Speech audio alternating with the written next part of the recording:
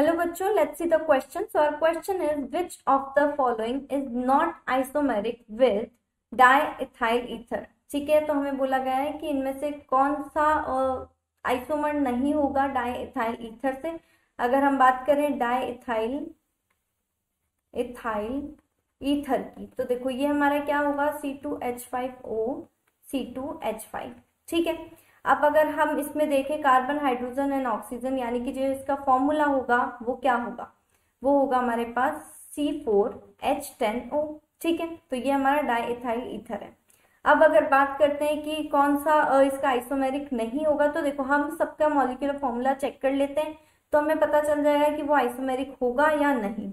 ठीक है, फर्स्ट जो हमें दिया गया है मेथिल एंड प्रोपिल ईथर. ठीक है, तो अगर हम चेक करते हैं, अगर मेथिल एंड प्रोपिल ईथर जो है, अगर उसका मॉलिक्यूलर फॉर्मूला C4H10O आ जाता है तो वो तो आइसोमेरिक होगा, नहीं आता है तो नहीं होगा. सेम और में भी ऐसे ही होगा. ठीक है, तो अगर हम बात करें तो देखो ये है हमारा CH3O CH2 CH2 CH3. ठीक है, मेथिल एंड प्रोपिल ईथर. ठीक है, तो ये हमारा मेथिल एंड प्रोपिल ईथर. तो देखो यहाँ पर कितने आ रहे हैं, कार्बन 4 हैं. ठीक है, हाइड्रोजन 3 3 6 10. ठीक है, तो यहाँ पर हाइड्रोजन भी 10 है और जो ऑक्सीजन यहाँ पे 1 है. तो इसका जो फॉर्मूला हो रहा है C4H10O. ठीक है, तो ये तो हमारा नहीं होगा क्योंकि हमें बताना है कि कौन सा आइसोमेरिक नहीं है, तो ये हमारा आइसोमेरिक है. ठीक है, इसलिए अब आता है ब्यूटेन 1 ऑल. ठीक है, तो यानी कि मेथ एथ प्रॉप एंड यहाँ पर है हमारा ब्यूट. ठीक है, और ऑल लगा हुआ है तो यहाँ पे हमारा आ जाएगा OH. ठीक है, यहाँ पर OH आ जाएगा. अब देखो, अब अगर हम इसकी बात करें तो ये हमारा 4 कार्बन है. ठीक है, हाइड्रोजन 3 2 5 6 7 8 9 एंड 10 सेम है, तो C4H10O है, तो ये भी हमारा आइसोमेरिक है. ठीक है, तो ये भी हमारा आंसर नहीं होगा. थर्ड जो है 2 methyl propane 2 all.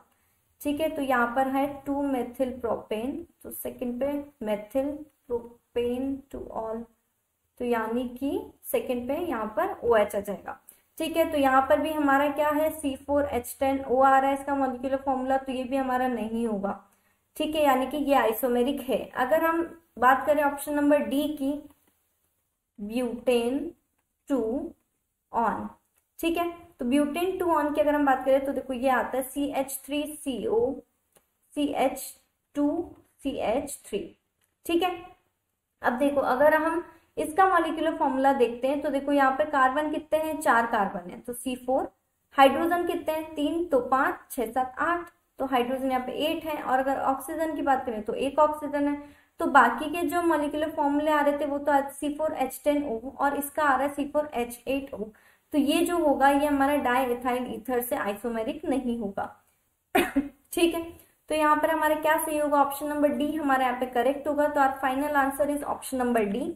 I hope you understand. Thank you and best of luck.